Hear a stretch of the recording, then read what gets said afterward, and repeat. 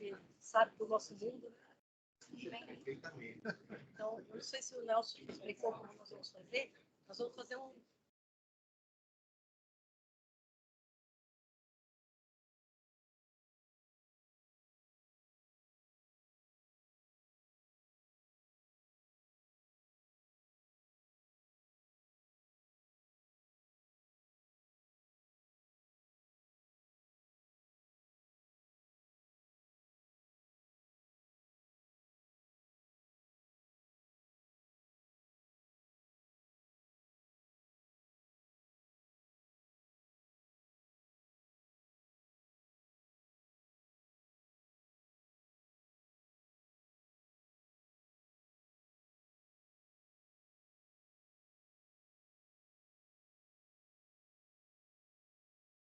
Pode, fica à vontade. Tem um lugarzinho ali, eu chamo vocês, tá? Tá bom, tá bom. Ah, Márcio. Pode? Aqui na frente, né? Só que eu vai mais para trás, né? Você vai me falando. Aí tá bom. Eles estão ouvindo? Sim, né? Sim. Bom, pessoal, agora tudo pronto, oficialmente falando. Quem está pelo Teams, nós vamos gravar, tudo bem? Alguém tem alguma objeção de gravar? Por favor, se pronuncie, mas a gente vai iniciar a gravação. Tudo bem para todo mundo aí? Tranquilo? Tranquilo? Então, Euclides, inicia a gravação para a gente, por favor. Bom, pessoal, em nome aqui da Faculdade de Tecnologia Senai Maramato, a gente tem o prazer, o privilégio de ter o nosso debate indígena com pessoas altamente qualificadas para a questão, pessoas que vivem a questão, que isso é muito importante. Quando você vive a questão, você tem muito mais propriedade de passar o assunto, o tema, do que quando a gente só tem aquelas palestras sobre o tema. Então, é muito importante esse nosso engajamento, é uma questão nossa, no Brasil, porque todos nós aqui somos brasileiros, e, sendo todos brasileiros, a gente tem que se comprometer, certo? Então, como que a gente vai fazer? Primeiro, eu quero agradecer a participação de todos. Eu estou aqui no auditório técnico da escola. Tem 177 pessoas, porque é o máximo, 170, desculpa, é o máximo que cabe aqui, a gente tem. Também quero agradecer o pessoal que está no Teams, né, das outras faculdades Senai, outras escolas, outras pessoas, comunidade em geral. Agradecer nossos colaboradores, em nome da direção, faço a abertura do nosso debate indígena. Primeiro, quero chamar aqui o professor Nelson, ele vai ser nosso mediador da noite. Por favor, professor, se acomode. Quero também chamar aqui nosso primeiro convidado, né? Nosso liderança indígena, o Budaga. O nome dele é Budaga. Ele também é professor. Pode vir, por favor. Ele também é da área de educação, é professor, é graduado, é mestrando. Então, isso é muito importante de saber que nós temos entre nós pessoas que têm esse comprometimento e esse conhecimento, né, gente? Isso é muito importante. No decorrer desse debate, nós também vamos ter dois convidados que estão online, vendo aqui, né? Um é a doutora Camila, é isso? Ela é doutora, né? Como eu falei. O professor Nelson vai falar mais detalhado o mini currículo deles, tá, gente? Nós temos também a presença do João, que é também um representante da FUNAI, né, professor Nelson? Então, só para vocês saberem o que nós vamos realizar hoje. Nós vamos liberar para perguntas, tá, pessoal? Perguntas, quem está no Teams, no chat. Quem está aqui no auditório, claro, presencial, ok? Muito obrigada. Agora vou passar a palavra para o professor Nelson. Já agradecendo o nosso mediador aqui, professor Nelson. Bom, boa noite a todos e a todas. Obrigado aí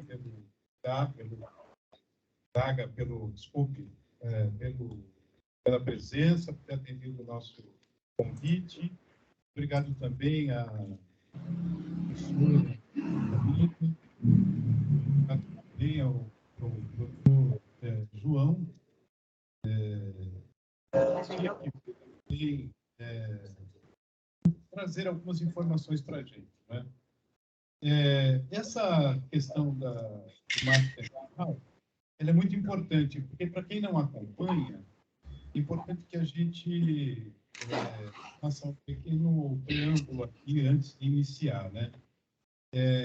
O marco temporal é uma tese jurídica e ela foi desenvolvida a partir de um julgamento que houve para a demarcação das terras indígenas em Roraima, que dizia que aqueles povos eles tinham direito às suas terras, porque na data da promulgação da Constituição de 1988, aquelas populações já ocupavam aquele território.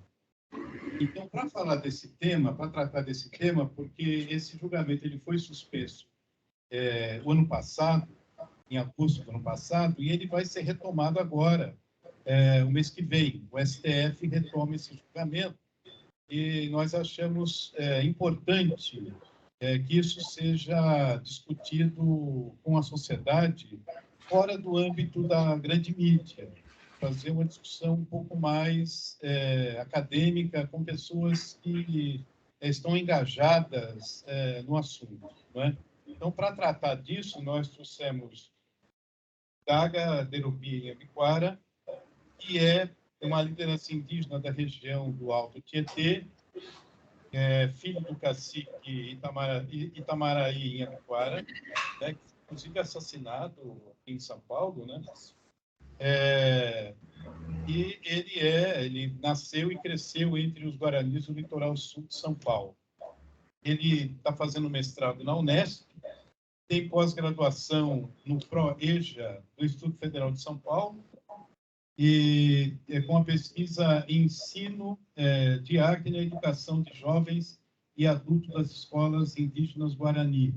É graduado em educação artística pela Universidade Estadual Paulista Júlio de Mesquita Filho, a Unesp, e é professor de arte da rede do Municipal de Guarulhos. Estadual. É a estadual e municipal de Guarulhos. Muito bem. A doutora Camila de Faria, bacharel, licenciada em Geografia, ela está em modo remoto, mestre e doutor em Geografia Humana pelo Programa de Pós-Graduação em Geografia Humana da Universidade de São Paulo, docente do Departamento de Geografia da Universidade Federal de Mato Grosso, realizou pesquisas de doutorado intitulada A Luta Guarani pela Terra na Metrópole Paulistana, contradições entre a propriedade privada capitalista e a apropriação indígena, e participou na elaboração de relatórios circunstanciados de identificação, delimitação de terras indígenas pela FUNAI. Também atuou como indigenista no Centro de Trabalho Indigenista. E o Dr. João Mitia Antuinha Barbosa é indigenista especializado da Fundação Nacional do Índio, coordenação regional do Litoral Sul.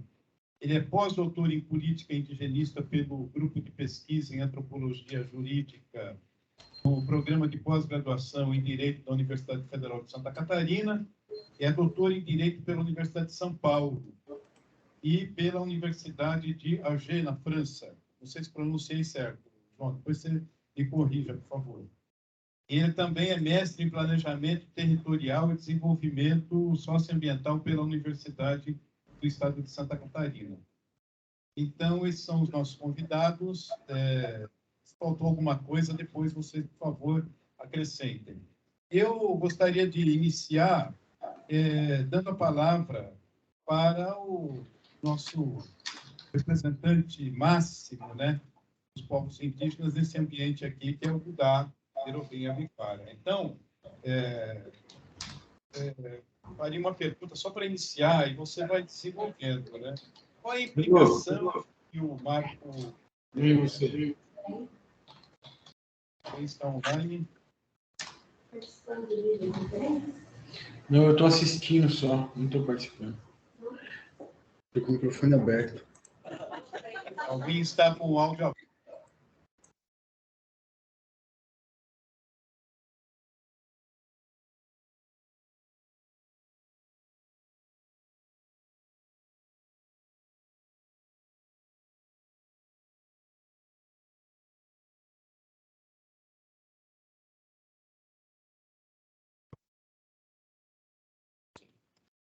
Boa noite a todos.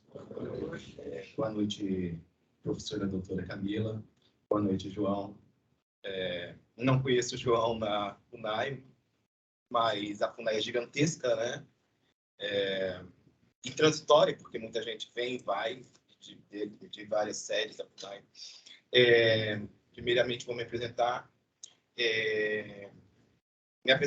Como a gente se apresenta em reuniões dentro das aldeias guaranis, geralmente assim que nós nos apresentamos.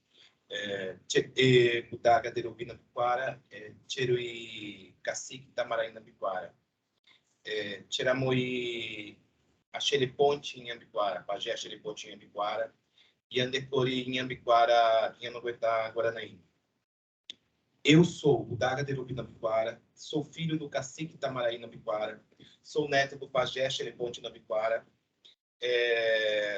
sou indígena em Ambiquara, crescido com os guaranis. Só uma correção, eu fui crescido parcialmente com os guaranis, eu não cresci, nasci e cresci com os guaranis. Meu pai ele foi assassinado enquanto eu ainda era criança, aqui em São Paulo. Minha mãe não é indígena. Para os indígenas, assim eu aprendi, você não é meio indígena, ou você é indígena ou você não é. Pelo menos as etnias que eu convivo, que eu passei por elas, porque eu não posso falar por todas.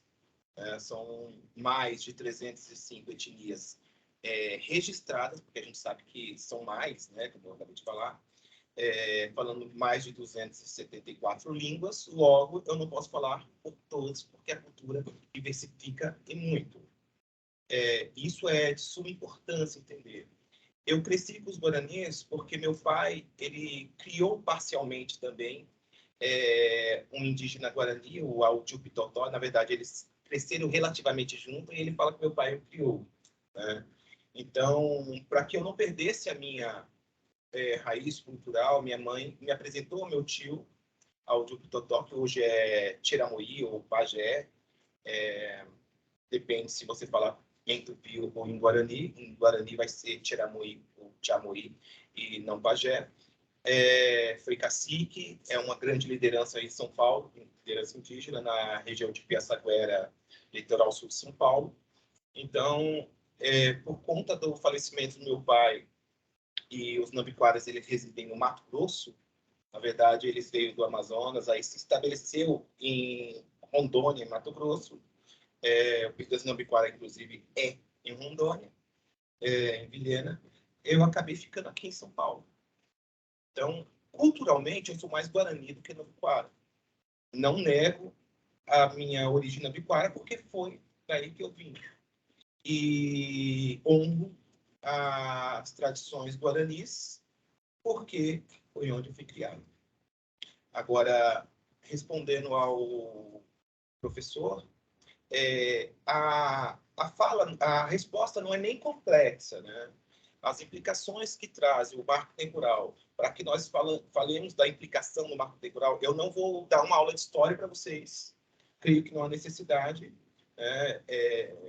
Mas eu não sei o que é o marco temporal, nós vamos pontuar algumas coisas e, mais brutamente falando, gente, aí o demais é necessário que vocês pesquisem para compreender na íntegra, né? Então, números, datas, são coisas que eu vou fugir um pouco aqui e vamos falar um pouco mais daquilo que traz de terror para a gente, porque a palavra que eu vou utilizar bastante aqui é essa, terror. Então, mas eu esperava uma palestra com um indígena que viesse aqui e falasse sobre a cultura aquela... Não. Nós vamos falar qual é a realidade dos povos indígenas atualmente. E a realidade é resumida nessa palavra. Quer dizer, não é atualmente. Isso aí é há mais de 500 anos. Né? Porque Entendendo o marco temporal, nós entendemos a formação do Brasil, que foi criada a colonização em cima de exploração, em cima de sangue, em cima de morte. E se nós falamos em cima de morte, em cima de... Nós não estamos falando de uma guerra onde um tem uma arma, outro tem uma arma, e um atira no outro, e é justo, é injusto. Não, nós estamos falando de pessoas, por exemplo, vamos falar do marco temporal, pegar das etnias que nós, enquanto indígenas, mais estamos apoiando, que são os povos Xoclen. O povo Xoclen, ele foi dizimado em mais de 70% do seu povo. No começo do século, ou seja, veja bem, república, já era república no Brasil, se já era república, já tinha acontecido a abolição, vamos dizer, colocar aspas, abolição da escravatura no Brasil, porque a gente sabe que se nós estudamos melhor, a gente sabe que não foi bem assim que aconteceu. Não existe aquela coisa da heroína que libertou os negros no Brasil. Mas, voltando aos povos indígenas, já tinha acontecido a abolição da escravatura, porém, quando se trata dos povos indígenas, não tinha acontecido essa libertação. Tá. E o que tem o Xoclen? No Brasil, ainda se contratava bugreiros, como eles chamavam, ou reformular, se contratava mercenário para exterminar povos indígenas. Há relatos, eu vou pedir perdão para vocês, eu esqueci o nome do autor, Memórias Visuais, esqueci o nome do autor, se eu não me engano, foi publicado em 1997, para variar, um autor não indígena, porque os indígenas estão tomando a frente agora, estão escrevendo, estão, como já foi mencionado aqui, temos indígenas doutores, médicos, engenheiros, pós-doc, né? Mas, infelizmente, a nível nacional é muito pouco, mas esse avanço é mais recente, de 20 anos para cá, nessa luta. A questão aqui é a seguinte, esses bugreiros entravam em terras indígenas e... Gente, assim, vou deixar assim claro para vocês. O que aconteceu com a criança Yanomami é o que acontecia naquela época. Ou a mesma situação. Há relatos de que eles tinham que entrar e matar todo mundo, inclusive crianças. Eles brincavam com as crianças, eles jogavam as crianças para cima e esperando ela cair em cima dos seus punhais. Para quem é pai, para quem é mãe, cara, isso é uma coisa que eu, quando falo, dá vontade de lutar, de verdade. É muito cruel. Em 1900, na década de 30, na verdade, Getúlio Vargas, isso ainda acontecia. E nós estamos falando dos Xoclens, que atualmente estão... Vamos lá, vou voltar a fala, pegar agora para todos. Veja bem, de acordo com o marco temporal, com a tese do marco temporal, toda a demarcação de terras indígenas só pode acontecer se o indígena conseguir provar que ele estava naquelas terras até a data, ou seja, antes de 1900 e antes de 5 de outubro, se não me engano, É 5 de outubro de 88. De 88. Ou seja, da Constituição que garante o direito aos indígenas às terras indígenas. Entretanto, o artigo 231 diz, artigo 231 desse mesmo Constituição, são reconhecidos aos indígenas sua organização social, costumes, línguas, crenças e tradições, os direitos originários sobre as terras que tradicionalmente ocupam, competindo à União demarcá-las, proteger e fazer, olha só, fazer respeitar a todos os seus bens. Em qual momento diz que só até ali? Existem mais de 800 processos em andamento de terra indígena, de demarcação de terra indígena. Em São Paulo, eu não posso dizer para vocês em números, mas há várias. Você compreende que com essa legislação muitas terras indígenas não serão demarcadas e algumas que já estão em processo, que serão demarcadas, serão reduzidas drasticamente. E quando você toma a terra de um povo, você não está simplesmente tirando a sua casa. Eu troquei de casa, por exemplo, vou sair de Suzano agora, vou morar em Guarulhos, e pronto, não, você está tirando toda uma história. Porque a terra não passa a ser apenas um bem, ou um bem. Ela carrega a sua essência, a sua tradição. E quando você quebra a tradição, quando você mata a tradição... Mas, professor, nós com pensamentos voltados para uma liberdade, essa questão de tradição, sim, tradição, gente, vamos lá. A tradição da qual eu me refiro não é o conservadorismo. Entende? Então, nós estamos falando de matar a essência de um povo. Ou seja, você pode usar terminologias de genocídio, porque aquele povo deixa de existir. Eu vou encurtar a fala para que a gente acabe dialogando mais, porque surgirão perguntas, os nossos colegas que estão presentes, professores, irão falar. Eu acredito que seja mais importante o diálogo, né, do que só um monólogo da minha parte. Okay. Muito bem. Vou convidar, então, agora a professora Camila Salles para fazer o seu depoimento. Vocês que estão aqui no auditório podem acompanhar aqui pelo telão, né? Tá bom? Professor, por favor, doutora Camila. Boa noite a todos e todes. Primeiro, eu gostaria de agradecer ao Senai, né, principalmente ao professor Nelson, pelo convite. Agradecer aos meus amigos, né, aos meus colegas que estão aqui, expositores, por compartilhar comigo seus conhecimentos, Derobi, o Mítia, e agradecer àqueles que se dispuseram a ouvir e participar desse debate, né? O que eu pensei para conversar hoje, né, a partir da minha formação, então, da geografia agrária, né, e uma leitura do marco temporal a partir da geografia agrária, né? O que isso significa, né? Então, a tese do marco temporal se apresenta, né, nessa leitura que eu vou propor, como um instrumento de perpetuação da violência. Espera só um pouquinho.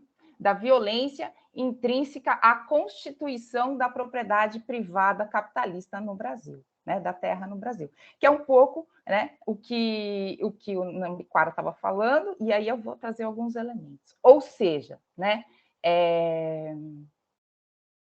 uma nova ação estratégica de legitimação do roubo das terras indígenas. Nova, entre aspas, porque surge no julgamento da terra indígena Raposa Serra do Sol, em Roraima, em 2009, quando a demarcação contígua, que contemplava diferentes povos indígenas, foi contestada por ruralistas e pelo governo do estado de Roraima, que se diziam, né, os ruralistas e o governo, proprietários, argumento também desmontado na decisão. Neste momento, os ministros do STF argumentaram em favor dos povos indígenas, alegando que esses já estavam na área de litígio quando promulgada a Constituição, ou seja, em 5 de outubro de 1988. Neste julgamento, os ministros discorreram sobre a tese do marco temporal e ainda propuseram 19 condicionantes.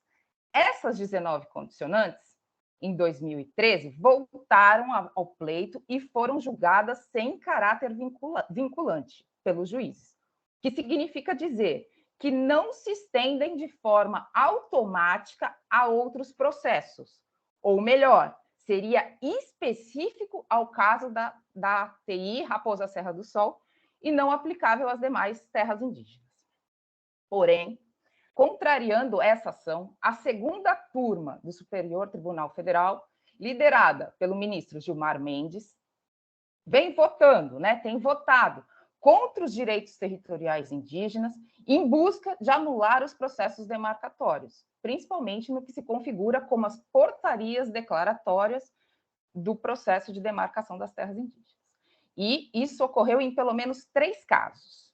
No caso Limão Verde, em Mato Grosso do Sul, o ministro Teori Zavascki disse em seu voto, abre aspas, todavia, renitente esbulho não pode ser confundido com a ocupação passada ou com desocupação forçada. Há de haver, para a configuração de esbulho, situação de efetivo conflito possessório, que mesmo iniciado no passado, ainda persista até o marco demarcatório temporal atual, vale dizer, a data da promulgação da Constituição de 1988. Conflito que se materializa por circunstâncias de fato ou, pelo menos, por uma controvérsia processória judicializada. As 3 decisões, então, dessas 3 terras indígenas, foram pautadas na tese do marco temporal e ainda restringiram o conceito de esbulho renitente, vinculando a uma judicialização. Isso quer dizer que os indígenas ou os pretensos proprietários deveriam, até o final da década de 1980, entrar na justiça contra os usurpadores de suas terras. Ou seja, nós estamos falando de um período que, após um período em que mais de 8.300 indígenas foram assassinados pelo Estado brasileiro, como reconhecido pelo relatório da Comissão da Verdade, publicado em 2014, exige-se que o indígena recorra a esse Estado para mediar os conflitos fundiários. Há que se recordar ainda um outro documento oficial que mostra as violências contra os povos indígenas no período da ditadura, que é o relatório Figueiredo, de 1967. Um aluno aqui, o Héctor da Silva, aqui da Geografia, no seu projeto de iniciação científica, ele mapeou todas as violências relacionadas a roubo de terras indígenas aqui no Mato Grosso, presentes nesse documento oficial do Estado. Ele encontrou ao menos 9 povos indígenas, Nambileque, Nambiquara, Cadiuel, Terena, Bororo, Kaiowá, Pareci, Tapaiuna, Cinta Larga, que tiveram suas terras roubadas e, para tal, utilizaram formas de extermínio, envenenamento, estupro, tortura, trabalho escravo, caçada e tráfico humano. Entre estas, vou destacar um trecho presente no relatório, que é de um depoimento sobre as atrocidades e as perversidades com requintes de crueldade contra o povo Tapaiuna, durante uma expedição organizada por Junqueira. Quem era Junqueira? O mesmo que comandou o massacre do Paralelo 11, onde morreram mais de 3.500 cinta-largas, mas que no depoimento consta como um homem de muito prestígio no Estado. Então, após o envenenamento por arsênio, adicionado ao açúcar que os Tapaiunas receberam de presente, houve uma ação direta de limpeza da área com os extermínios dos indígenas, ocorrido primeiro por bombas e dinamites lançadas por avião e posteriormente pela ação dos mateiros, que o Nambiquara estava chamando dos bugreiros, que exterminavam os remanescentes, sendo que estouraram a bala a cabeça de uma criancinha e penduraram a sua mãe e partiram com o facão da virilha à sua cabeça. Então, após essas violências cometidas com os Tapaiunas, tiveram 41 sobreviventes. E, a partir desses sobreviventes, decretaram, então, a reserva indígena Tapaiuna em 68. Com aproximadamente 87 hectares. Um ano depois, esses 41 sobreviventes foram transferidos forçadamente para o Parque Indígena Xingu, limpando a área para ocupação capitalista, ou seja, os projetos de colonização do período da ditadura. E depois, a reserva foi extinta em 1976. Não preciso dizer que há uma reivindicação atual do retorno dos Tapaiunas ao seu território tradicional, entre os rios Arinos e o Rio Sangue, e não ao Parque Indígena Xingu. Então, pode parecer piada que os indígenas devessem recorrer ao Estado para mediar os conflitos fundiários, mas não é. Daí volto à hipótese proposta, que é de que a tese do marco temporal se apresenta como uma atual estratégia de legitimação do roubo das terras indígenas. E também como a imposição da constituição da propriedade privada da terra, que historicamente se faz por meio de violência e que assume diversas formas, como o esbulho, a limpeza do terreno, né? Uma limpeza que não é só física, mas é simbólica, as tentativas de expulsão dos povos indígenas, quilombolas e camponeses de suas terras. São violências que impedem esses sujeitos de usarem, de permanecerem no local e se utilizam, né, por meio das cercas, muro ou de segurança armadas.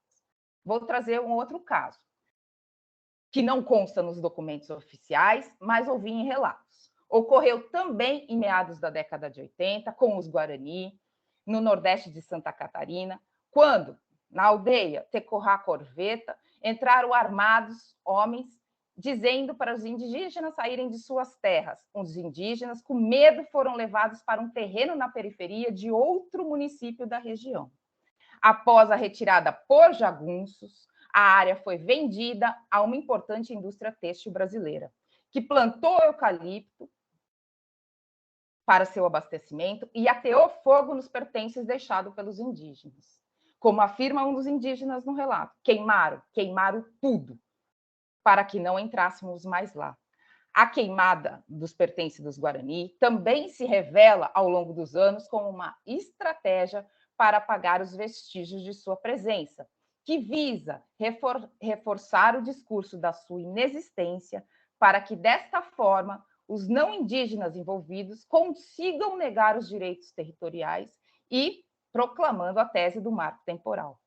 Mas a violência da instauração da propriedade privada também se dá por atos ilegais, né, como a grilagem de terras ou a apropriação privada ilegal das terras públicas, e é aquilo que fundamenta a formação territorial brasileira, que, por sua vez, essa trama de roubo, burlas, crimes se salvaguarda pela continuidade permissiva de instrumentos jurídicos que legitimam essas ações violentas e transformam em propriedade privada capitalista, mantendo assim o poder político e econômico destes pretensos proprietários de terra.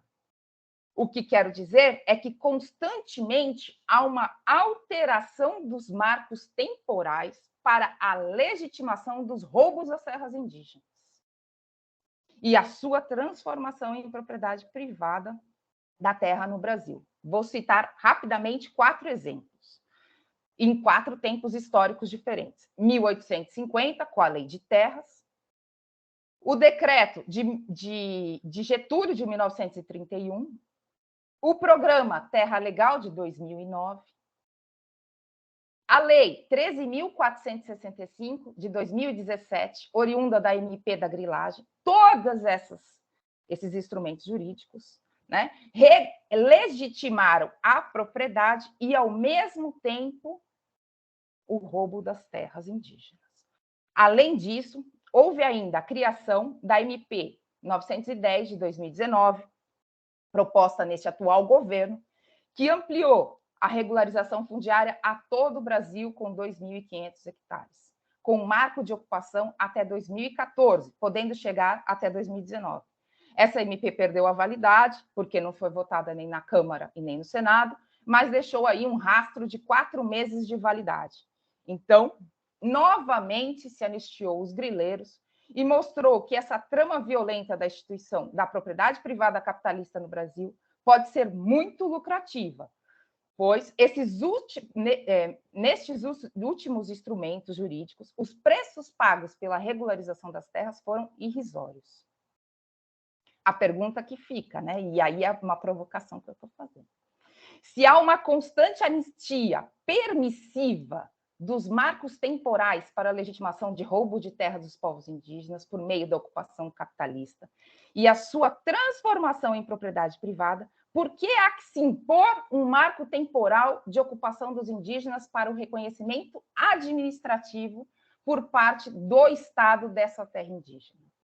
Terra indígena, que, pensada nos termos de Galois, como espaço oriundo do processo político-jurídico conduzido pelo Estado, que muitas vezes se configura como uma parcela do território histórico mais amplo, e que seu reconhecimento está assentado no direito constitucional, que enfatiza, né, o direito originário dos indígenas sobre suas terras, independentemente da sua demarcação. Assim, a terra indígena é um produto do Estado limitado, mas que, diante da ofensiva de mais de 500 anos de instauração da propriedade privada, se apresenta como a possibilidade da existência enquanto indígena, ou seja, o local em que podem se reproduzir física e culturalmente segundo os seus costumes e tradições. É isso. Obrigada.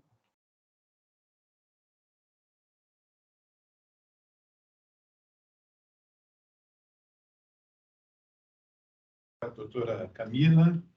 Então, acho que o João agora ele vai apontar uma luz no fim do túnel para nós, né, João? Por favor, a palavra está com você. Boa noite. Vocês me ouvem bem? Sim. Tá. Bom, né? Meu nome é João Mítia. O pessoal me conhece como Mítia.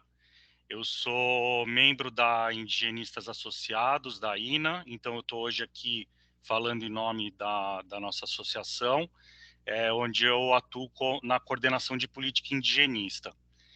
Como o professor falou, eu também sou servidor da FUNAI e advogado de formação.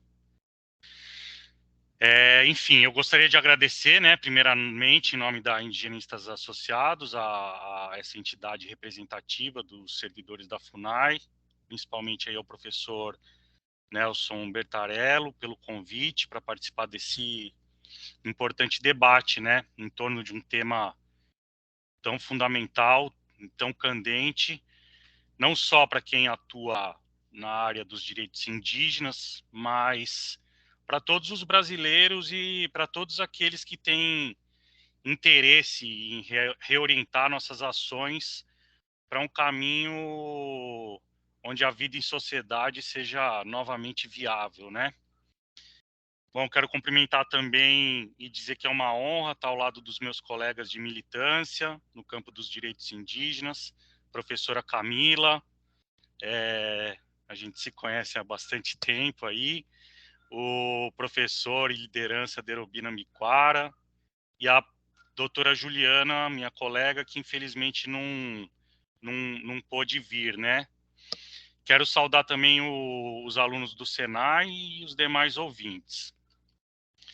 Bom, como o tempo da apresentação é relativamente curto, eu gostaria de indicar brevemente 3 pontos que eu considero fundamentais para entender o que está em jogo quando a gente discute esse tema do julgamento do marco temporal, né? Que eu gostaria de chamar de julgamento da garantia e reafirmação do direito originário.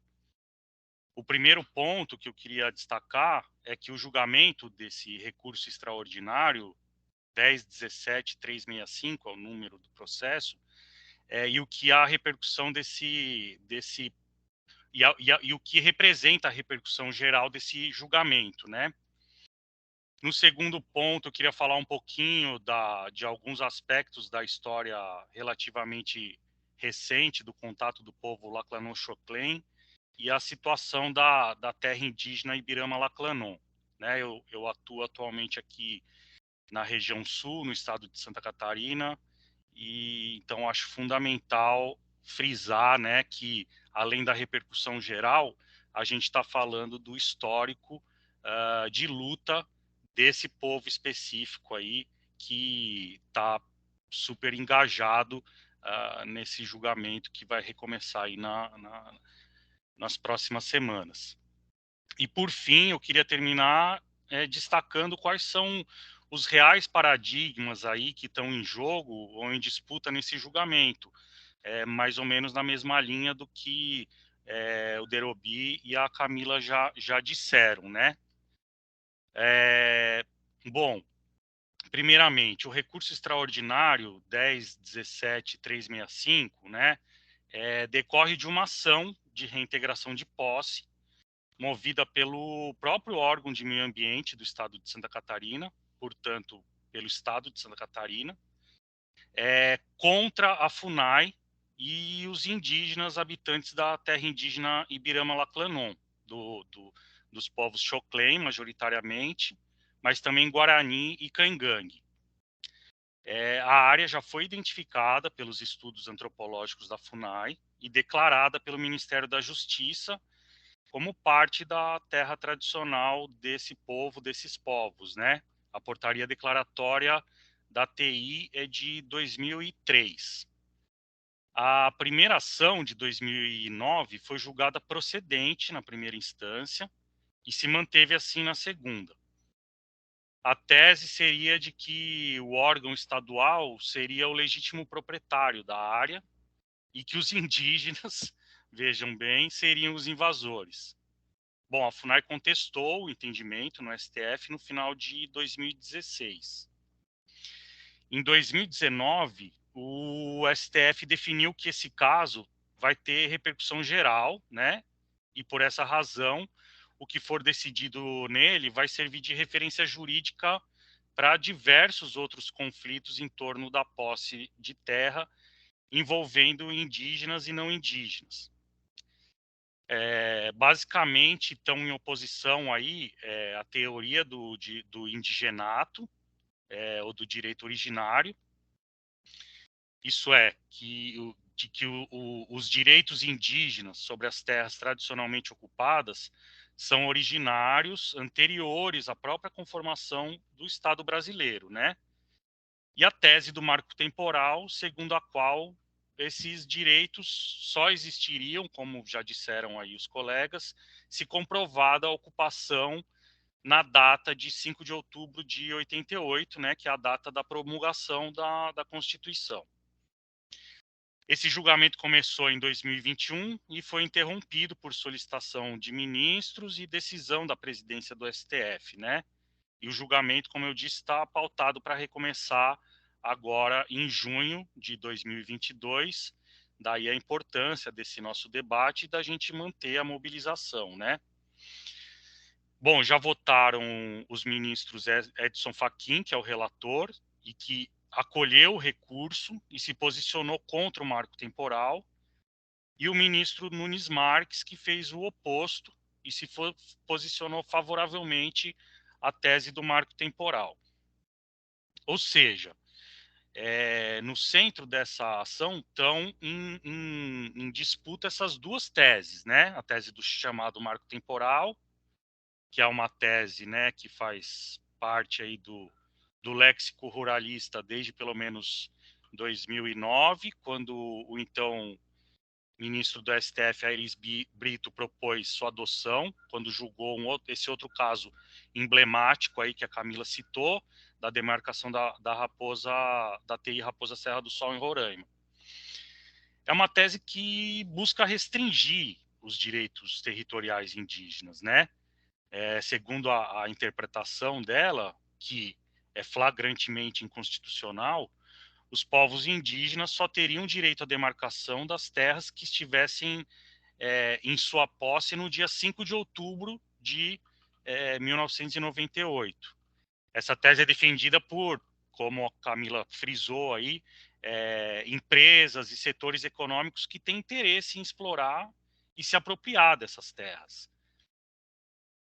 Bom, oposta a essa tese, temos a tese em vigor, né, do marco, oposta à tese do marco temporal, tem a tese em vigor, que é a tese do indigenato, que é consagrada pela própria Constituição Federal. De acordo com ela, como eu já disse, o direito indígena à terra é originário, ou seja, anterior à formação do próprio Estado brasileiro, e não depende de nenhuma data específica de comprovação da posse da terra ou de um marco temporal de qualquer tipo. Essa tese é defendida pelos povos indígenas, pelas organizações indígenas, indigenistas, ambientalistas, por defensores dos direitos humanos e amplos setores aí da sociedade civil. De acordo com as próprias palavras do movimento indígena, né, a história dos povos indígenas não começa em 88. e suas lutas são seculares, né? Isso é, elas persistem desde que os portugueses, né, e os sucessivos invasores europeus aportaram nessas terras para se apossar dos seus territórios e dos seus recursos naturais, né? É nesse sentido, então, que os indígenas permanecem mobilizados, né? E afirmam que vão seguir sempre resistindo e reivindicando o respeito por seus modos de ver, ser, de pensar, de agir no mundo e de sobreviver, viver nesses territórios. Bom, trazendo a história aqui mais para a história mesmo do povo Lacano-Choclen e a situação que a definição da terra indígena Ibirama-Lacano comporta, né?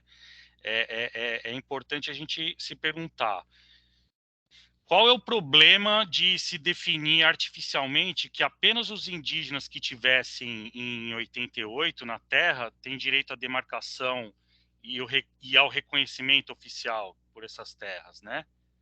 Os próprios indígenas, conforme já foi dito, denunciam que muitas comunidades foram expulsas de seus territórios antes de 88 e que definir essa data como marco temporal, além de hipócrita, né, chancelaria essa violência que eles sofreram no passado. E o caso do povo Lacano-Choclen é absolutamente emblemático dessa situação, né? No julgamento em questão, aí, o STF vai avaliar se a terra indígena Ibirama-Lacano deve incorporar ou não as áreas pleiteadas pelo governo do estado de Santa Catarina e pelos ocupantes de propriedades rurais que estão nessas áreas. As alegações do governo do estado de Santa Catarina dizem que essas terras eram públicas, são públicas, e foram vendidas a proprietários rurais no fim do século XIX, início do século XX, e segundo eles, a área não estaria ocupada pelos indígenas no ano de 88. Já os indígenas afirmam que aquele território era usado pela comunidade ancestralmente, tanto para moradia quanto para caça, pesca, coleta de frutos, mas que décadas de perseguições e matanças forçaram o grupo a abandonar trechos dessas áreas, né? A história dos Choclen mostra que eles foram um dos povos mais impactados pela ação do Estado, pela invasão de suas terras por colonos e pela violenta ação dessas figuras sinistras aí que o Derobi explicou para a gente, os bugreiros, né? Que eram milícias, mercenários, como ele disse, contratadas até a década de 30, né? Até relativamente pouco tempo atrás, para perseguir, matar e expulsar os indígenas dos territórios que eram entregues aos imigrantes europeus na região sul. Bom, o povo Choclen é um povo que sobreviveu à barbárie e que está lutando para recuperar seus territórios tradicionais, né? Os relatos dessas perseguições estão registrados na memória da comunidade indígena, dos mais velhos, que passam essa memória para as lideranças mais novas, né? E estão registradas também nos trabalhos de diversos pesquisadores, né? E de um importante antropólogo catarinense aqui, que acho que o Derobi estava mencionando, que é o Silvio Coelho dos Santos, que chegou, inclusive, a entrevistar algum desses bugreiros, né? Desculpa se alguém for muito sensível, mas como os outros colegas já tocaram nesses assuntos sensíveis, eu vou trazer aqui também alguns relatos específicos sobre o povo Choclen, né? Então, segundo os relatos colhidos desses bugreiros pelo Silvio Coelho dos Santos, essas tropas aí se deslocavam pelas trilhas próximas às aldeias à noite, em silêncio. Eram expedições de bugreiros que podiam ter mais de 15 homens, né, que evitavam fazer barulho para não chamar atenção. e localizando os acampamentos indígenas, eles atacavam de surpresa, né? Aí, entre aspas aqui, primeiro disparava-se uns tiros, depois passava-se o resto no fio do facão. Esse é o relato de um dos bugreiros que o Silvio Coelho entrevistou, né, chamado Ireno Pinheiro, e que fala sobre as expedições que ele realizava no interior de Santa Catarina até a década de 30 para exterminar os indígenas a mando das autoridades locais.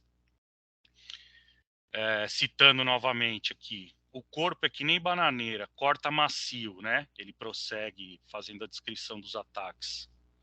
Cortavam-se as orelhas, cada parte tinha seu preço. Às vezes, para mostrar, a gente trazia algumas mulheres e crianças. Tinha que matar todos, senão algum sobrevivente podia fazer vingança. Enfim, poucas etnias foram tão combatidas por esses bugreiros quanto os Choclen de Santa Catarina, mas não é uma tragédia exclusiva deles, né? Esse caso, então, mobiliza muita atenção, tanto do lado do movimento indígena e de defensores dos direitos indígenas, quanto de amplos setores ligados ao agronegócio. Por um lado, né, por seu aspecto emblemático e simbólico, e por outro lado, justamente porque o que está em jogo, além das terras e da justiça para o próprio povo Choclen, é a repercussão que esse caso vai ter para inúmeros outros territórios e povos do país que passaram e passam por situações semelhantes ainda nesse momento.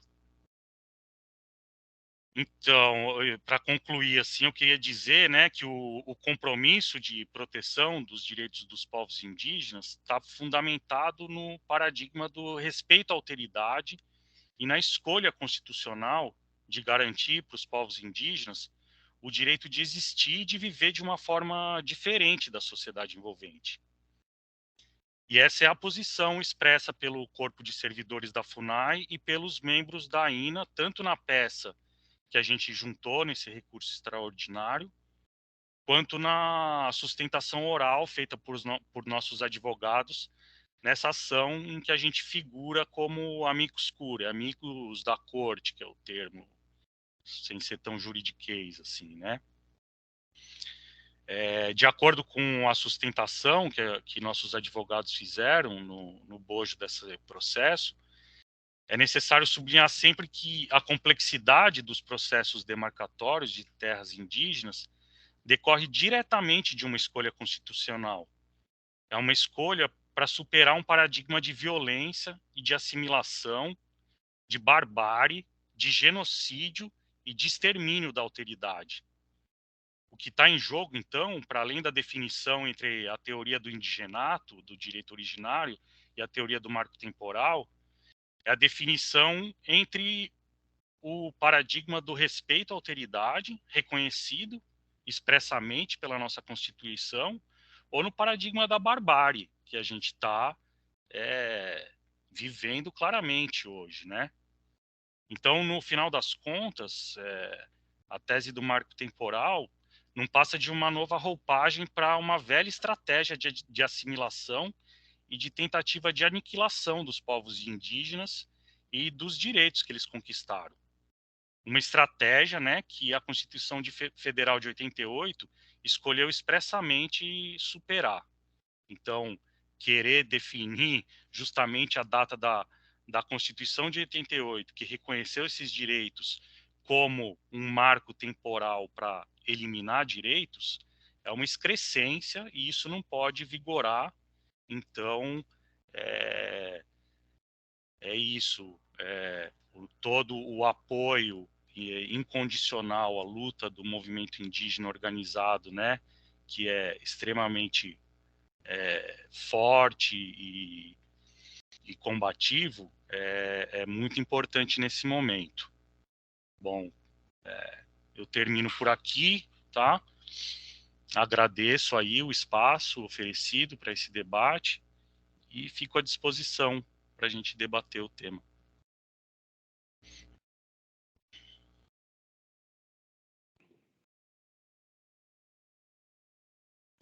Obrigado, João.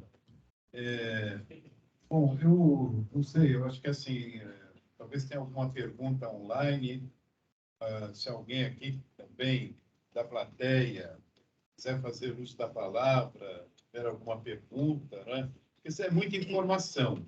E muitas vezes parece distantes do nosso dia a dia, né? Mas que diz respeito à nossa sociedade, diz respeito ao povo brasileiro. Então, é essa discussão que não é muito comum, né? A gente vem aqui, lota o auditório técnico, muitas vezes, para fazer as mais variadas discussões sobre profissão, sobre a questão da engenharia, sobre a questão dos polímeros, não é? E que suscita, muitas vezes, a participação da plateia.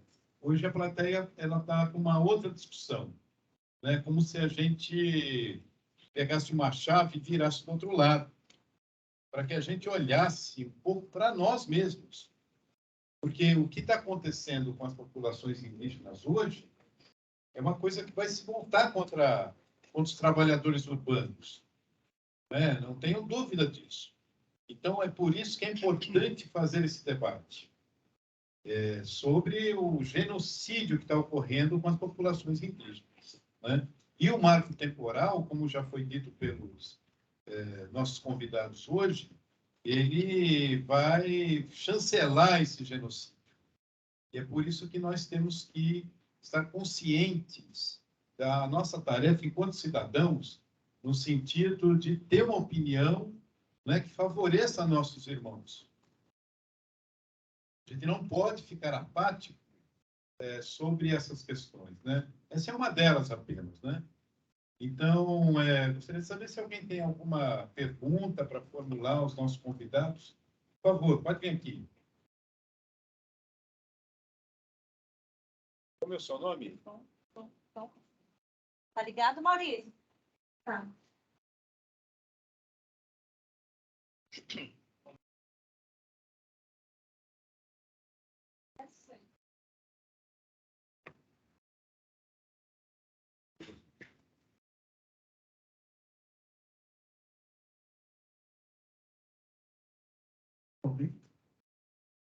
Boa noite.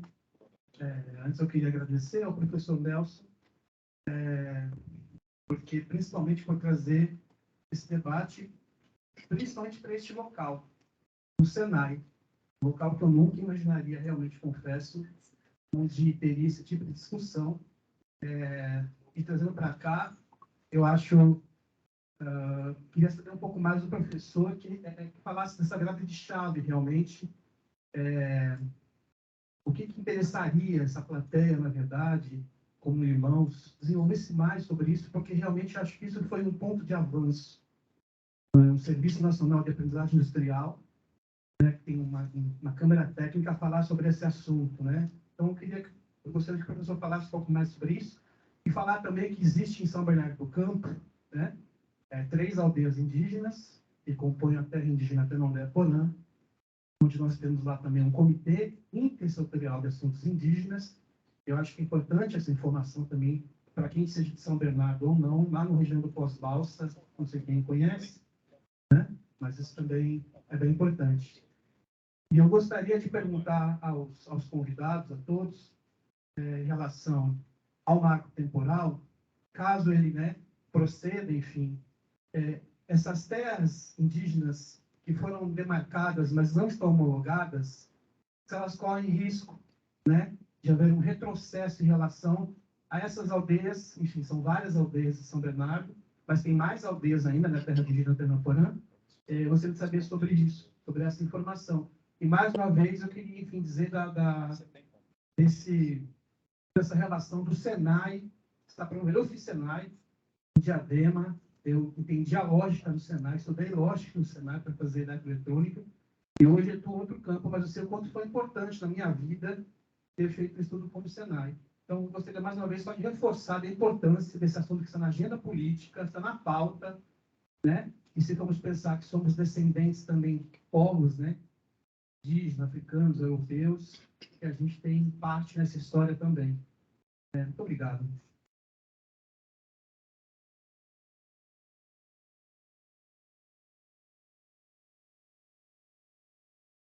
Bom, você quer responder essas questões? Acho que são importantes. Eu acho que na minha fala, eu já respondi a sua pergunta, porque a gente não vive numa redoma. E é importante esse tipo de atividade justamente para que as discussões da sociedade se aflorem e outras perspectivas podem surgir. Então, assim, como é que nós podemos ajudar?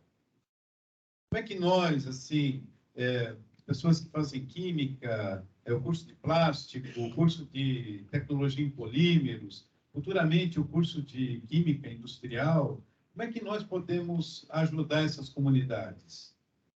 Então, assim, essas ideias, elas vão surgindo. Então, o ambiente acadêmico é um ambiente de ebulição, de efervescência de ideias. Pode ser o ambiente de uma única ideia. Temos que ter muitas ideias. E todas elas, né, devem ser canalizadas para o benefício da sociedade e inclui todas as pessoas, populações, etnias que nós podemos imaginar. Né? Então, o Narubi agora vai responder a segunda parte. Novamente, boa noite. Eu achei interessante da pergunta dele que me chamou a atenção de algo que eu já tinha, que já estava dentro de mim, né? Tipo, eu nunca pensei que seria chamado para falar sobre o marco temporal, sobre os povos indígenas no Senai. Né? Embora acredito que seja de extrema importância, então, inclusive, vou pontuar isso agora, mas, cara, o que me faz, antes de responder essa questão, e antes de dar continuidade com as minhas falas, eu gostaria de perguntar a vocês. Uma pergunta simples, básica, que espero que os professores, alunos não se sintam ofendidos com ela, mas é necessário. Né? Então, eu faço para os meus alunos quando eu estou dando curso na universidade. E a pergunta é para vocês que estão online, para vocês que estão aqui, e eu espero uma resposta, o que é o indígena para você? Eu gostaria que você falasse, não romantize não, por favor.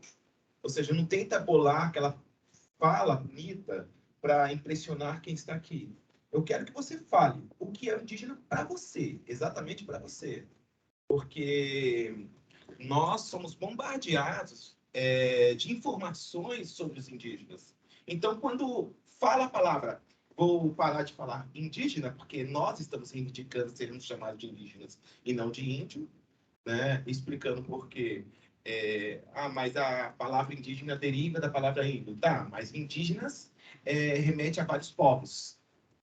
Índio remete a um, que é o que o governo, a história, vem passando sobre nós há muito tempo.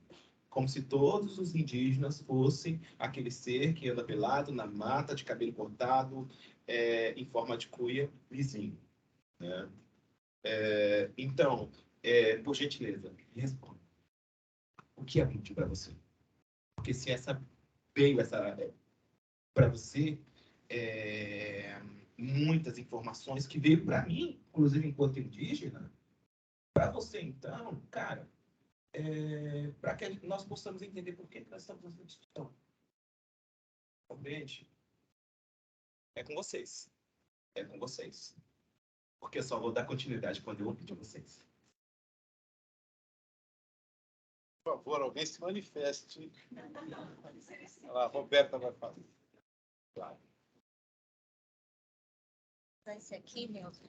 Vamos ver se só tem que desligar quando eu estiver indo, tá? Boa noite, aí parabéns pela explicação. E eu tenho fama de ser muito sincera sempre, tá? Claro, ótimo. Eu vou direto ao ponto. Eu te confesso que até conheci o professor Nelson em algumas questões que ele apresentava para a gente. A questão indígena nem me passava pela cabeça. Porque desde a escola, desde os 6 anos, o que a gente entende é que a gente é um povo que foi miscigenado. Então, na nossa cabeça, não fazia diferença, estava tudo junto, misturado. Então, eu não dava valor para essas questões. Por quê? A gente enxerga que, como povo urbano, a gente também tem as questões da insegurança, dos assaltos, todos os problemas de saúde e segurança pública, né? De educação também, E aí a gente achava que vocês tinham os mesmos.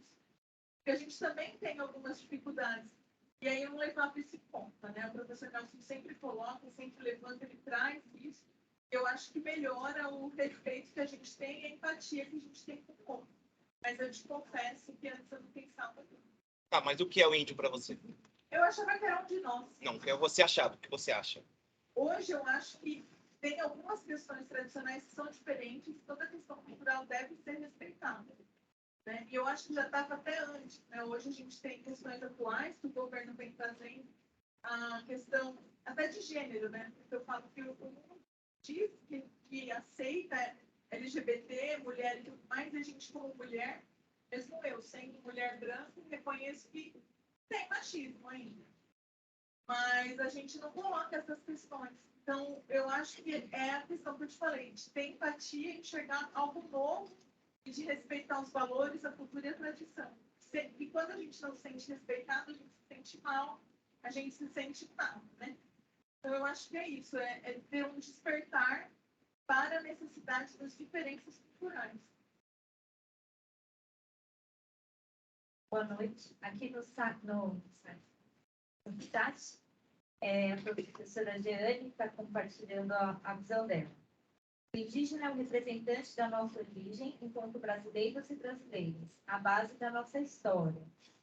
Professor Fabiano, indígena é a maior representação do povo brasileiro.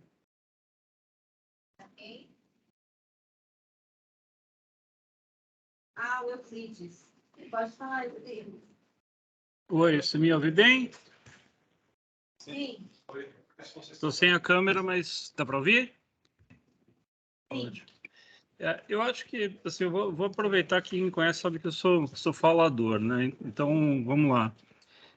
Eu acho que o indígena, ele é, né, a nossa essência, quanto povo, quanto nação, né? O resto é miscigenação, né? Eles são os originários da terra, eles são os primeiros a aqui estar. Mas eu acho que a gente tem algumas observações que, se me permitir, também queria emendar aqui. Quando a gente fala dos povos indígenas, há um olhar, há uma fotografia de 1500, né? Nós temos um mestre sentado aí à nossa frente, né? Trazendo sua cultura, valores, de uma sociedade que continuou em evolução, continuou, desculpa, evoluindo, né? E acho que essa é uma consideração muito importante, né? Acho que a gente tem que considerar que os povos, eles estão presentes no cotidiano, não somente naquela forma mais pura, mais interessante, mas eles estão hoje sentados aqui no auditório conosco, né? Acho que essa é uma consideração do indígena para mim. Acho que o indígena, ele não é uma figura folclórica, ele é uma figura cultural, né? Então, quando a gente chama de folclore, tudo é adorno, tudo é hipótese, né? E quando a gente fala de cultura, aí nós estamos falando de matrizes, de raízes, de processos civilizatórios que foram desenvolvidos com muita luta, com muito sofrimento, muita adaptação ao ambiente. E eu emendo nisso a pergunta que fizeram, né? O que a gente pode fazer para contribuir. Na verdade, eu queria saber o que os indígenas podem fazer por nós, não o que nós podemos fazer por eles, já que nós somos uma sociedade muito mais doente e com muito aprendizado a ser resgatado, né? Então, eu acho que, assim, quando a gente fala o que nós podemos fazer para ajudar, isso já traz uma carga de uma supremacia, né? Parece que nós somos evoluídos, capazes, e se der, a gente ajuda. E eu acho que é o contrário, acho que a gente precisa receber ajuda, uma ajuda muito mais valorosa, que é intelectual, é cultural, é de valores humanos, biocêntricos, né? Eu acho que é mais ou menos por aí. Desculpa se eu falei demais, mas basicamente é isso. Muito obrigado. Na verdade, ótima a colocação dos dois, né? Mas desculpa, o Euclides, ele pontuou algo agora que é o que eu já ia trazer, né? Antes de mais nada, desculpa aos meus colegas, eu não quero monopolizar a fala, não é a minha intenção, mas, primeiramente, é preciso entender por que nós estamos aqui. Por que que eu preciso saber sobre o marco temporal? Eu não sou indígena, nem engenheiro agrônomo, eu não sou ruralista, por que que eu tenho que saber sobre isso? Bom, quando algo atinge você diretamente, você se posiciona. O problema é quando atinge você indiretamente. Então, por que que o marco temporal vai me atingir indiretamente nesse primeiro momento, tá, gente? Nesse primeiro momento, porque a segundo momento vai atingir diretamente. Mas isso a gente fala posteriormente. A primeira situação é, quem é o indígena para você? A primeira coisa que você tem que compreender é que o indígena, como foi já dito aqui, é uma pessoa como você. O indígena, você pode não saber, não reconhecer, mas porque nem sempre o indígena não sai aqui a todo momento falando: olha, gente, eu sou indígena. Ah, eu sou da etnia tal. Não. Ele possivelmente é o seu vizinho, é o seu médico. Dificuldade de ser médico pelas condições financeiras do Brasil, a questão do capitalismo e toda a estrutura brasileira, não só para o indígena, mas para a população negra, indígena, quilombola, trans, que a gente já conhece, né? Mas o que eu quero que você compreenda é que o indígena pode ser o seu professor e você só não sabe. Por quê? Porque nem todo indígena tem o nome Rudaga Derubina Bubara ou Itamaraí. Um cacique, hoje não é mais cacique, porque houve a eleição, ele preside a Sudeste, que é a Associação dos Povos Indígenas do Sudeste do país. Ele chama Nildo. Cacique, meu amigo Terena, a gente chama de parente, os indígenas se tratam como parentes. Chicão. Tá, o cara, você está entendendo? Então, mas tá, o que que isso quer dizer? Quer dizer que em trânsito, indígena em contexto urbano, são muitos. Nós temos mais de 500 famílias indígenas em contexto urbano no estado de São Paulo. Eu estou falando de família, gente. Tanto daqui de São Paulo, quanto de fora de São Paulo. Fora, como eu já mencionei atrás, mas aquele camarada que é mestiço. Para nós indígenas, nós não somos mestiços, somos indígenas. Então, ele é filho de um indígena com a não indígena. Ou vice-versa. Ele está aqui do seu lado, você está entendendo? E ele pode até não ter se reconhecido como indígena, que acontece muito, por N motivos. Pelo mesmo motivo, um dos maiores motivos é o motivo do porquê muitas pessoas que são negras acabam dizendo que são morenas, acabam dizendo que são moreno escuro, mas nunca assumem a sua negritude. Por quê? Porque ele tem vergonha? Não, porque tem medo. Porque é uma perseguição. Citando um caso que aconteceu comigo esse final de semana. Estava eu, meu filho, no litoral norte de São Sebastião, e meu filho foi brincar. Veja bem, meu filho, ele tem 2 anos e meio, ele foi brincar nos letreiros, aqueles letreiros de São Sebastião, coloridos, as crianças amam. Claro, eu aguardei aquele monte de gente que estava lá sair para que ele fosse. E quando eu e meu filho estávamos ali, uma mulher branca, como lá, loura, bem vestida, com seus filhos bem vestidos, brancos, não sei se era marido ou se era esposo, isso eu não vou julgar, mas um senhor vermelho, ou seja, muito branco, e ela pediu, entre aspas, para que eu saísse dali, para que ela utilizasse o local.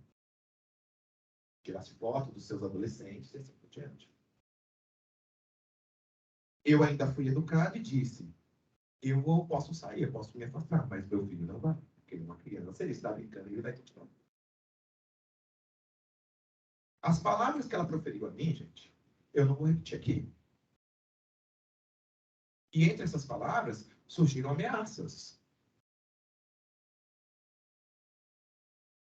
A questão ali, eu só saí do local, é claro, porque eu, enquanto liderança, enquanto militante, não vou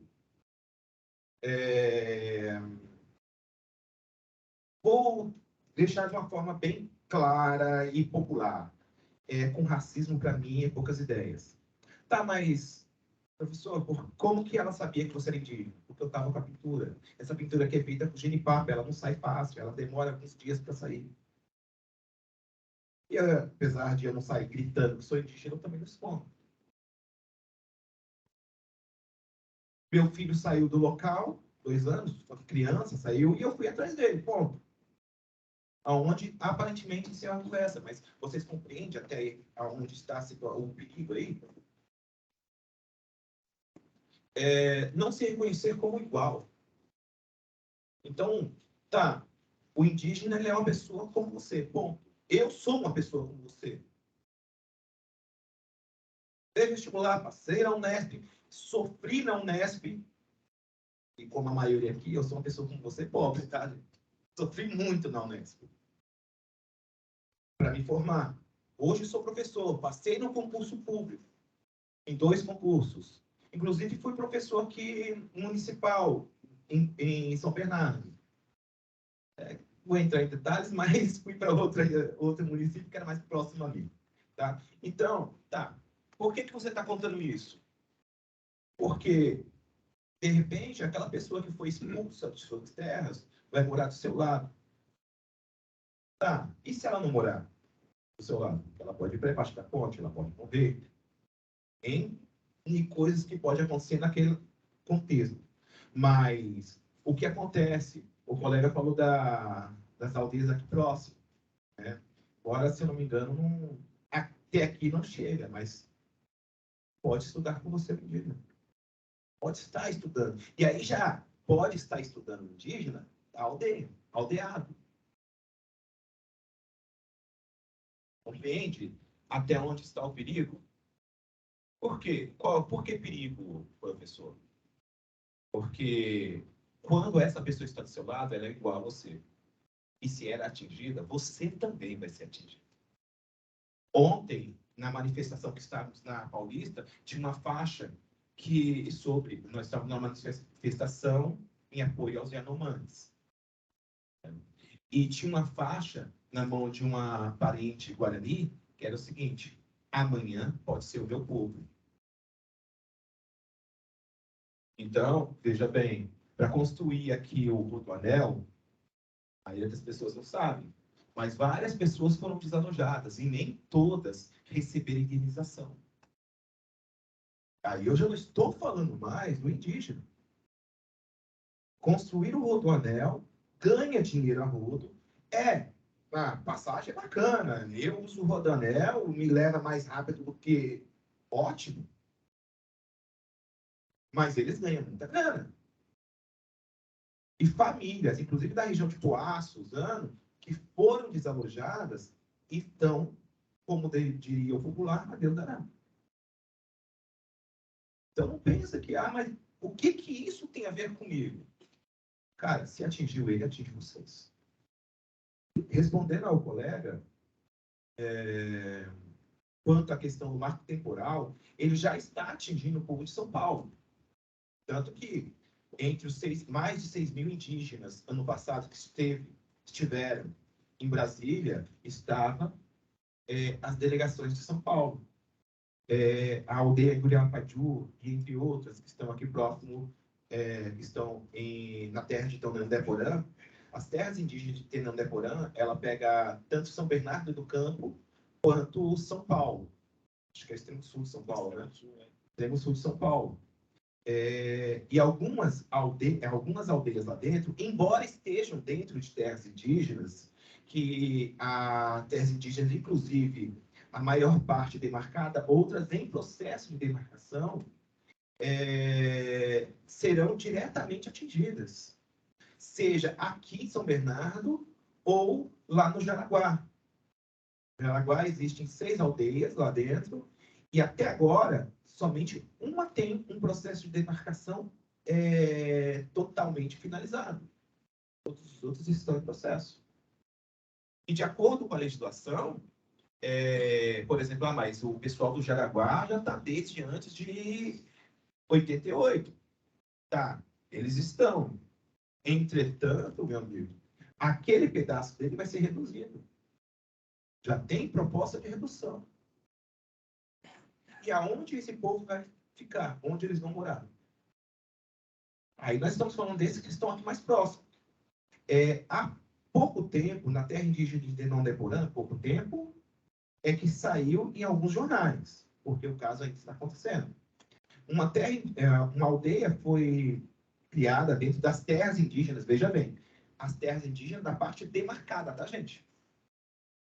Foi criada a aldeia, desculpa, eu não me recordo o nome, né, porque a aldeia é recente, e essa aldeia, como falar isso? Sim, eu espero que vocês não entendam que eu estou querendo ofender a corporação. Eu não vou falar contra a corporação, mas as terras indígenas, a terra indígena é demarcada, foi vendido um pedaço dela. Veja bem, quem vendeu não tem a mínima ideia, porque a gente pergunta até agora não foi respondido. Foi vendido para um fazendeiro ali na região, fazendeiro, sei lá, vou nem tentar utilizar a nomenclatura aí. E ele está reivindicando aquela terra, está expulsando, tentando expulsar de tudo quanto é jeito os povos indígenas dali, os guaranis no Piá. A polícia, que deveria fazer a proteção dos povos indígenas, estão dando tiro para o alto. Estão indo apaisando, porque o pessoal reconheceu que eram policiais apaisando, PMs apaisando, dando tiro para o alto. Para o alto é o que eles estão falando. Na verdade, os tiros foram em direção ali. Creio eu que ainda não foi para acertar nenhum indígena, mas como aviso, mas foi em direção aos povos indígenas. Nós estamos falando de crianças. As crianças estavam brincando e de repente tem que correr. Entendeu? Nós não estamos falando do Amazonas, dos Yanomamis, nós estamos falando daqui, na cidade de São Paulo. Mas o que isso tem a ver com marco temporal? É a mesma situação. O que as queimadas que estavam acontecendo aqui em Mogi das Cruzes, que estavam acontecendo... Veja bem, ano passado que eu fui para o acampamento do marco temporal em Brasília, eu fui com o meu carro. Daqui até Minas Gerais, não tinha uma cidade que eu passava que não tinha um foco de incêndio. Mesmo atualmente, em qual local no Brasil, melhor, em qual época do Brasil, república, vamos colocar república, foi autorizado incêndios em matas, qual seria a palavra, me ajuda? Mata... Queimadas. Queimadas. Em matas, inclusive mata nativa. Tem alguma lei que diz que pode? Não tem.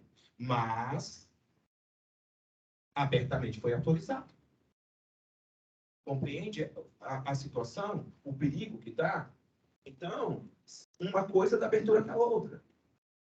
Como foi já citado, o marco temporal nada mais é do que um aval para exterminar os povos indígenas, para roubar os povos indígenas. E deixa eu colocar algo para vocês. A PL 490, que endossa o marco temporal, é apenas uma que está lá, viu, gente? Porque existem várias lá dentro. Em 2013, quando eu integralizei a minha família no ATL, no Acampamento Terra Livre, nós estávamos lá em manifestação contra a PEC 215. E se você ler a PEC 215, ela é basicamente, poucas mudanças, basicamente a mesma que a 490. A PL 490, endosso do marco temporal, ela não foi criada ano passado. Ela é de... professores, me ajuda? Pedro, Camila, eu esqueci, é 2014, 2007... ela é uma PEC de lá de 2007. trás, 2007. Uma PL de 2007. Agora, a gente barra a PL de 2007 a 490 e pode ter certeza, se continuar da forma que está, e infelizmente está escancarado, porque em todos os outros governos, os povos indígenas foram perseguidos. Veja bem, 2013 era governo PT. Todos os governos, os povos indígenas foram. Eu não vim aqui falar mal do presidente X ou Y. Quer dizer, o atual não precisa nem falar, né? Por si próprio. Eu vim falar mal dele. Tá, gente, é que eu estou tentando ser relativamente neutro. Então, neutro não, né? Mas, de qualquer maneira, eu nem preciso. Não precisamos. O endosso dele para colocar a PL 490 foi que o agro não conseguiria produzir mais no Brasil. Que não teria, inclusive, ele falou que faltaria comida nas nossas mesas. É claro, se você estuda o mínimo, você sabe que o que você come atualmente não é do agro, tá, gente? É da agricultura familiar. Aquilo que vem da feira não são os grandes produtores, não, tá? Aquilo que está no supermercado, apesar de ter agrotóxicos com outro, ainda assim não são dos grandes produtores. O que os grandes produtores fazem não fica com você, só para você saber. Vai para fora. Inclusive, atualmente, o agro está estourando em lucro. E você está pagando muito mais do seu arroz. Na soja. Veja bem, o Brasil é campeão em produção e exportação de soja. Quanto está o óleo de soja no Brasil? Agora, veja bem, falando de espaço para produzir, o ex-presidente do... Caraca, esqueci o nome dele. Da Associação Brasileira do Agronegócio, é o ex, porque, afinal de contas, quando ele falou isso, já tiraram ele. Ele deixou bem claro. O agro, para expandir, não precisa tomar 1 centímetro de terra indígena. Fala nisso, Narubi. Qual é o percentual de terras indígenas no Brasil demarcadas hoje? Existe essa estatística? Eu vou deixar para os meus amigos técnicos falarem. Desculpa, gente. Eu monopolizei, eu peço perdão, gente. A gente tem até 9h10 para liberar o pessoal por causa da revolução aqui. Nossa, Camila, João, me perdoe mesmo. Imagina, foi ótimo. Então, olha, nós teremos outras oportunidades, porque nós já fizemos uma atividade dessa o ano passado, durante a pandemia. Inclusive, estava suspensa a votação lá do marco temporal, e uma das companheiras que nós trouxemos do povo Guarani aqui, representava o povo Guarani, já havia alertado que eles iam sofrer muito com a demarcação das terras indígenas com o marco temporal. Então, só cancelando o que você falou. Aí eu queria perguntar para vocês, desculpe, mas assim, a gente tem que dar lugar de fala para o nosso convidado aqui. Infelizmente, é assim que a coisa acaba funcionando, e acho que o lugar de fala deles é muito importante, porque raramente eles têm essa oportunidade, né? Mas, sabe, eu tinha ouvido falar num percentual de terras indígenas no Brasil, e era uma coisa assim meio ridícula, né? Eu queria saber se vocês têm esse dado, né? Qual é o percentual das terras indígenas no Brasil?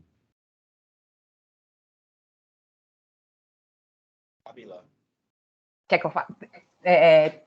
Das terras reservadas aos povos indígenas, menos de 14%.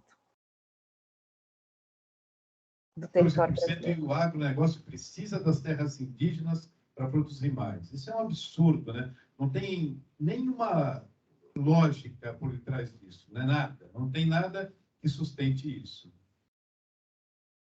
Bom, eu gostaria muito de agradecer os nossos convidados que estão lá no modo remoto.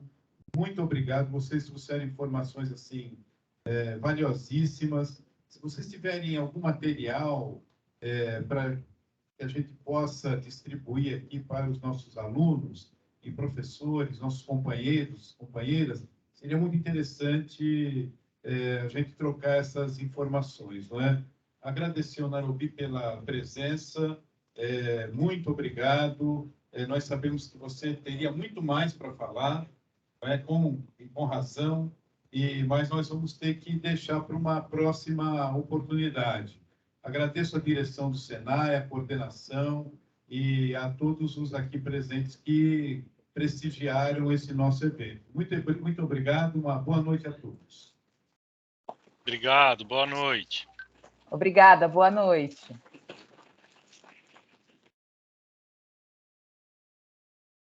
Pessoal, agradeço, tá? Agora sem microfone. Muito obrigada. Como eu disse no começo, todos nós somos brasileiros e brasileiras, então a gente tem que se comprometer. Pessoal, intervalo, a gente pediu para a cantina ficar até 9h30. Então, por favor, pode ir, depois vocês retornem depois de 15 minutos para as aulas.